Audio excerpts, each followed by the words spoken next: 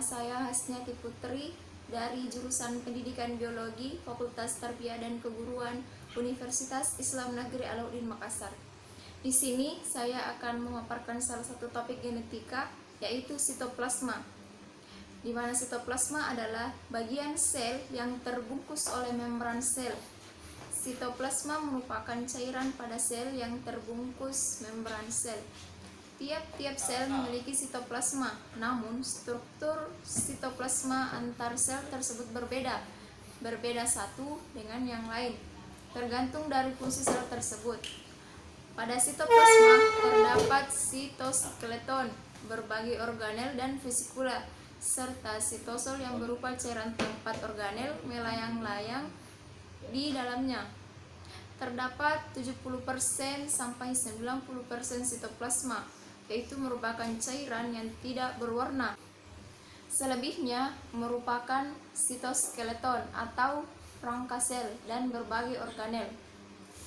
Ciri-ciri sitoplasma yaitu yang pertama, padatan sitoplasma terdiri dari organel yaitu ribosom, mitokondria, dan kompleks Golgi.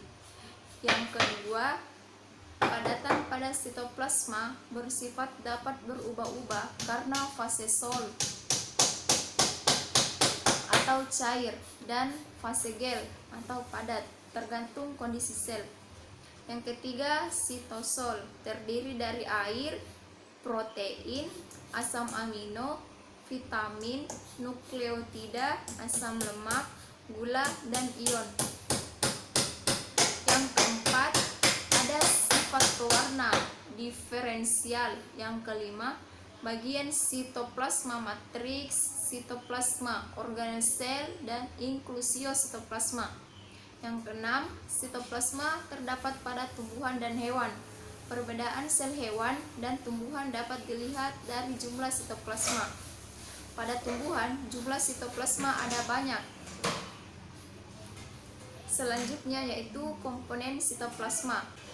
Sitoplasma terdiri dari beberapa komponen seperti yang pertama, air sebanyak kurang lebih sekitar 85-90%. Yang kedua, bahan organik. Yang ketiga, garam. Keempat, nutrien.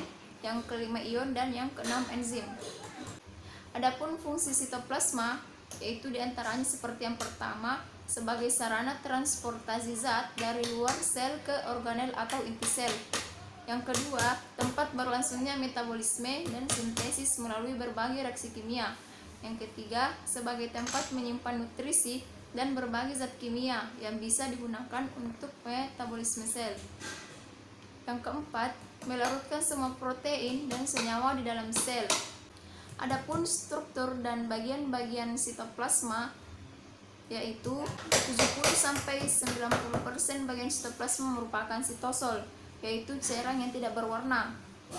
Sitosol mengandung ion-ion seperti potasium, sodium, klorida, bikarbonat, asam amino, magnesium, kalsium, enzim, dan protein.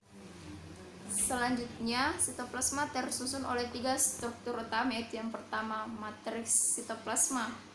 Matriks sitoplasma merupakan cairan homogen penyusun sel yang sifatnya koloid, yaitu campuran 2 atau lebih zat homogen. Yang kedua yaitu organel sel. Organel sel ialah benda solid yang ada di dalam sitoplasma dan bersifat hidup atau menjalankan fungsi kehidupan sel yang bersangkutan. Selanjutnya yang ketiga itu inklusio sitoplasma. Inklusio sitoplasma adalah struktur yang tidak hidup pada sitoplasma. Inklusio sitoplasma dapat juga disebut dengan paraplasma atau dendroplasma.